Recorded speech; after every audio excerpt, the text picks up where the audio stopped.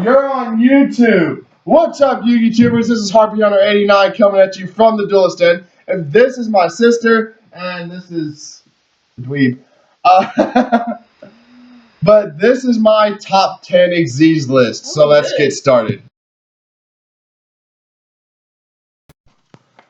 Coming in at the number 10 spot is Gaga Gigo the Risen.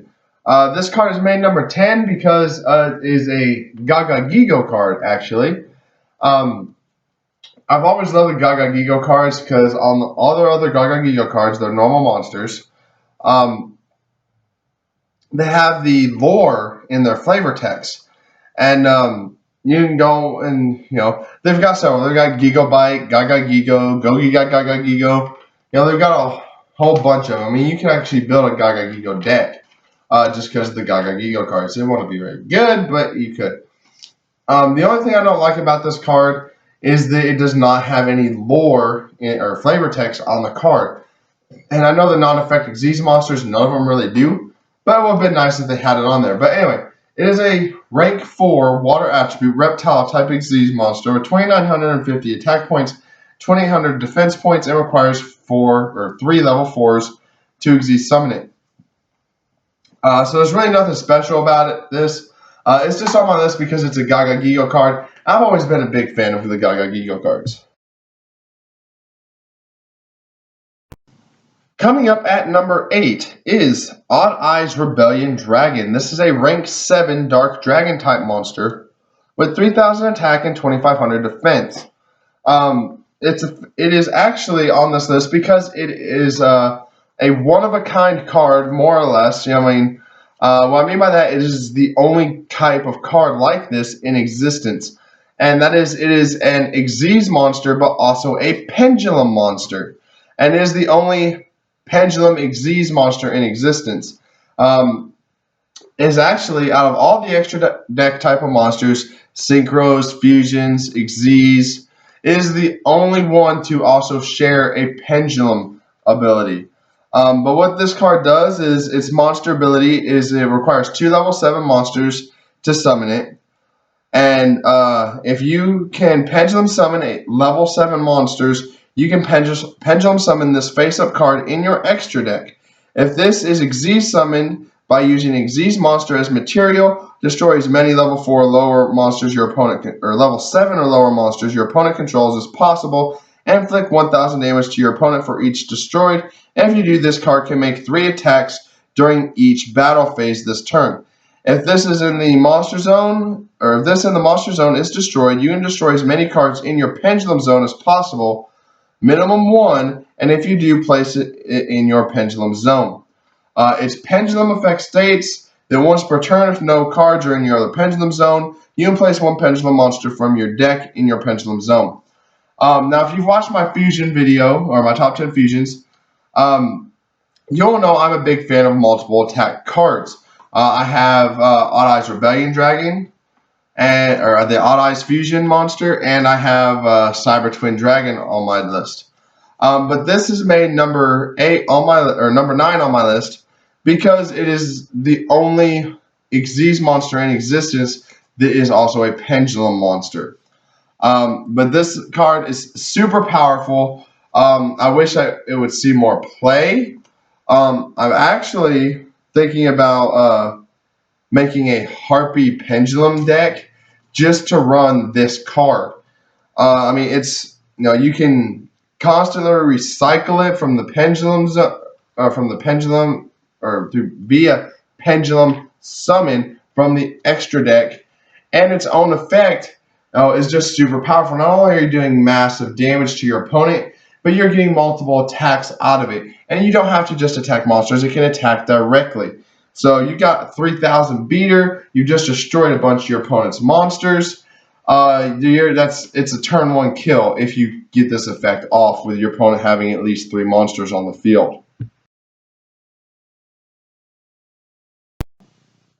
Coming in at number 8 is number 11 Big Eye. This rank 7 Dark Spellcaster type monster with 2,600 attack and 2,000 defense requires 2 level 7 monsters to XYZ summon it. And its effect states that once per turn you detach a material from this card, you target 1 monster your opponent controls and take control of it. The only downside is that this card cannot attack during the turn this effect is activated. If you see my Harpy deck profile, you will know that this is the only card I don't have for my Harpy deck. I am subbing in a Gaia Dragon for it right now. So, if you have a copy of this for trade, comment box, let me know. Right now, pause the video, put in the comment box you have one for trade. Do it now. Right now. You still haven't done it. If you have one for trade, put it in the comment box. Okay, since I'm sure you've put it in the comment box by now, I'm just going to move on to the next card on the list. Number 7 on my list is Red Eyes Flare Metal Dragon. It is a rank 7 Dark Dragon type with 2800 attack and 2400 defense. It requires 2 level 7 monsters to summon it.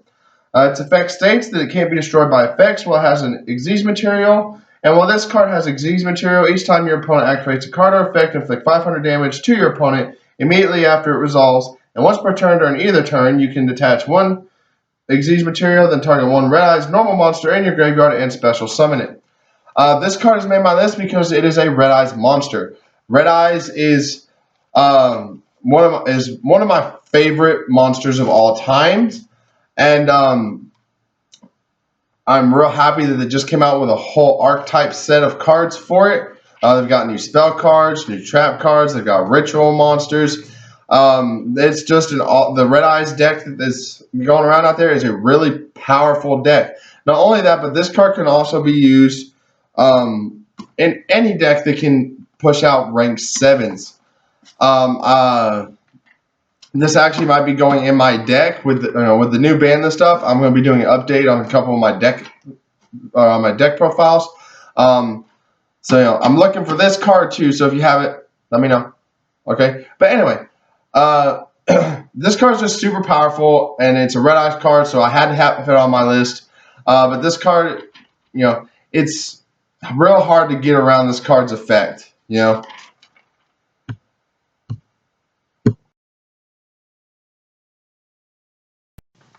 Number 6 on my list is Ebon Illusion Magician. It is a rank 7 Dark Spellcaster with 2500 attack and 2100 defense. It requires 2 level 7s to XYZ summon and can also be XYZ summoned using a rank 6 Spellcaster type monster. Once per turn, you can detach one material from this card, special summon one Spellcaster type normal monster from your hand or deck. And when a Spellcaster normal monster declares an attack, you can target one card your opponent controls and banish it. You can only use this effect once per turn. This card made my list for the same reason as Red Eyes did, because it is a new play on an old card. For those of you who haven't figured out yet, this is a Dark Magician card. You might be saying, oh, it's Yugi, blah, blah, blah, blah, blah. But anyway, I think Yugi would have actually been really proud to have this card in his deck, But like I said, it's on my list just because it's a new spin on an old nostalgia.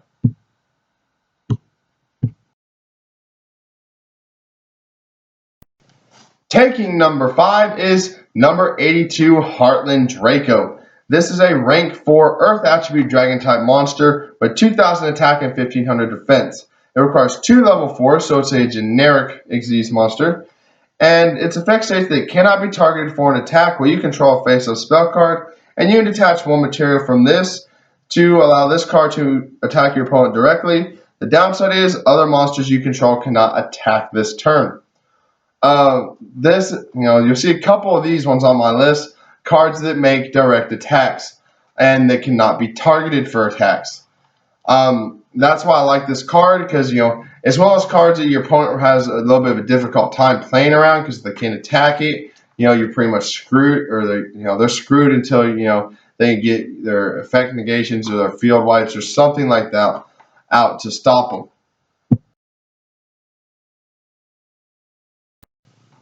Number 4 on my list goes to another card that is in my Harpy deck. It is Ice Beast Xerofied. This is a rank 4 water attribute wing beast type monster with 2000 attack and 2200 defense. It requires 2 level 4 monsters, or 2 level 4 wing beast type monsters to XYZ summon it. Its effect states that once per turn, You can detach one material from this card and negate the effects of all face-up cards your opponent currently controls.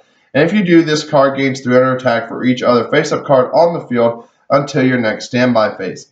This card is on here because of, this is actually one of the few that's on here because of its effects. If your opponent has a field full of monsters, a lot of decks these days overextend themselves, put a bunch of stuff on the field real quick. This card is a real easy way to get around all of it. It negates all your opponent's effects, and then it punishes them not even further by getting an attack boost, not only for every card they have on the field, but for every card you have on the field. It's also a winged beast type, which is my favorite type of monster, and it's just a cold-hearted bitch, which reflects its name, Ice Beast. It is a cold-hearted bitch. If you drop this and resolve it fully, it's just a twofer. Like 2 turns, your opponent's not going to be able to stop it.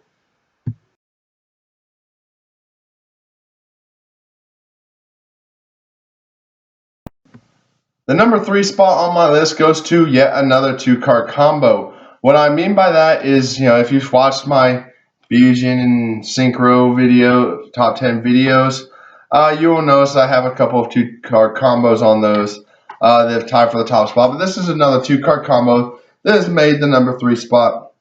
There's number 13, Embodiment of Crime, and number 31, an Embodiment of Punishment. These are both rank 1 Dark Attribute Fiend type monsters with 500 attack and 500 defense. We state that once per turn during either player's turn, you can detach 1 XYZ material from this card to change all your opponent's monsters that they currently control to face-up attack.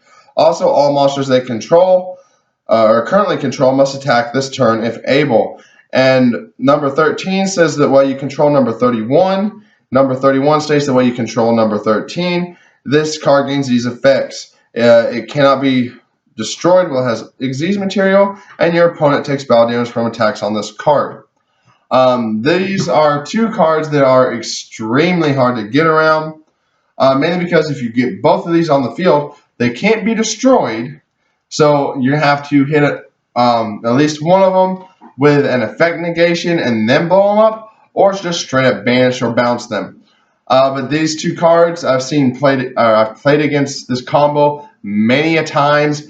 It is a very difficult combo to get around, and that alone makes these cards extremely powerful. But what I like most about them is really their names, or how they did their names. Number 13 and number 31. It's kind of like just flipping them in reverse. And the second part of the name, they are the embodiment of crime and punishment, because it's like, oh well, I got this on the field. You're committing a crime against me, and now I'm gonna punish your ass.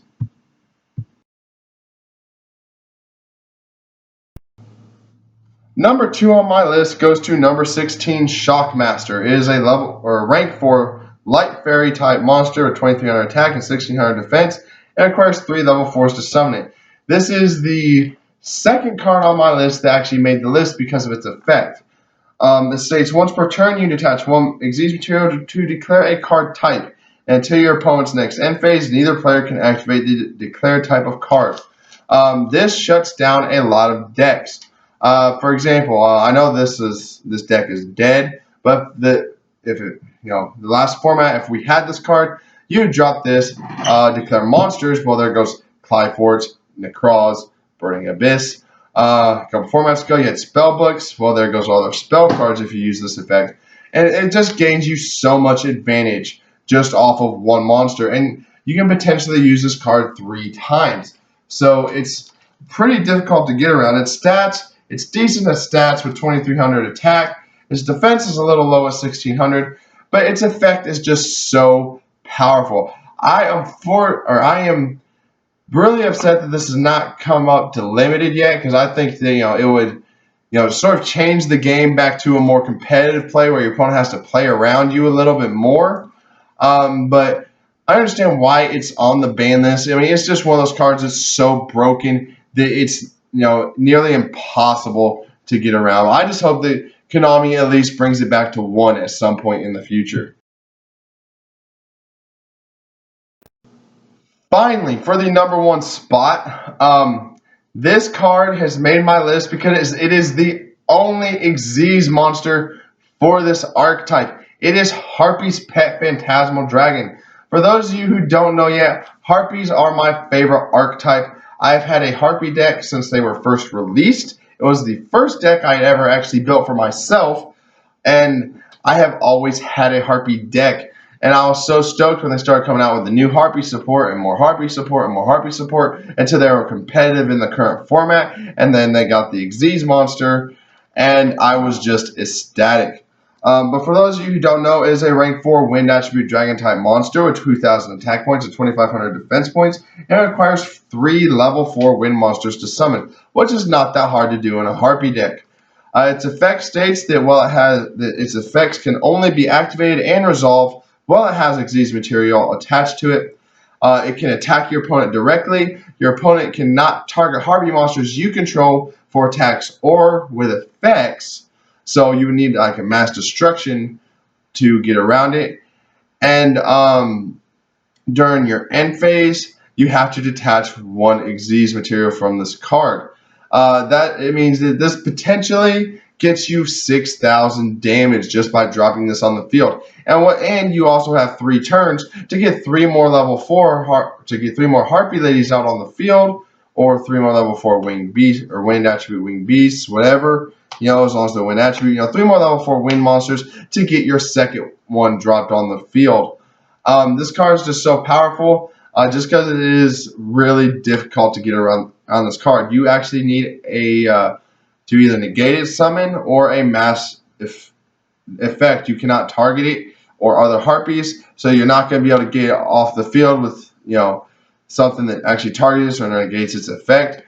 Skill Drain does work extremely well against it, cards that do mass negation, but there are only a couple of those out there. Like the Skill Drain trap card itself, it's at 1, and usually if they have that on the field, you're just going to drop a Harpy and blow it up. The other card is used in Necroz. I can't remember which Necroz monster it is off the top of my head, but negates all monster effects, or the effects of all monster special summon from the extra deck. So there's really only 2 cards that are widely used to stop this. Another thing is Regekis, Dark Holes, Lightning Vortexes, Torrentials, Bottomlesses. Mass effects is the only way to get around this. And usually if you've already got this on the field, your opponent's screwed. But anyway, that is my top 10 list. Make sure you like the video, subscribe to the channel.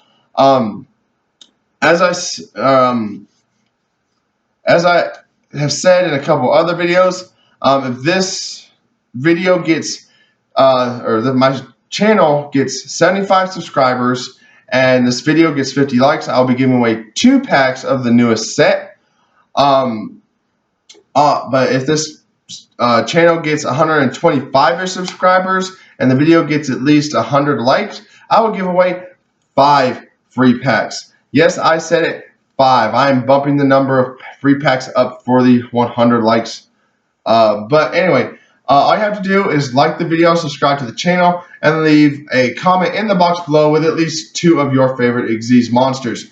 But remember, I have to have at least 100 subscribers, and this video, or I have to have a minimum of 75 subscribers and 50 likes on this video for those packs to be given away. So get your friends, tell them to watch my channel, like the video, subscribe to it, tell them to tell their friends.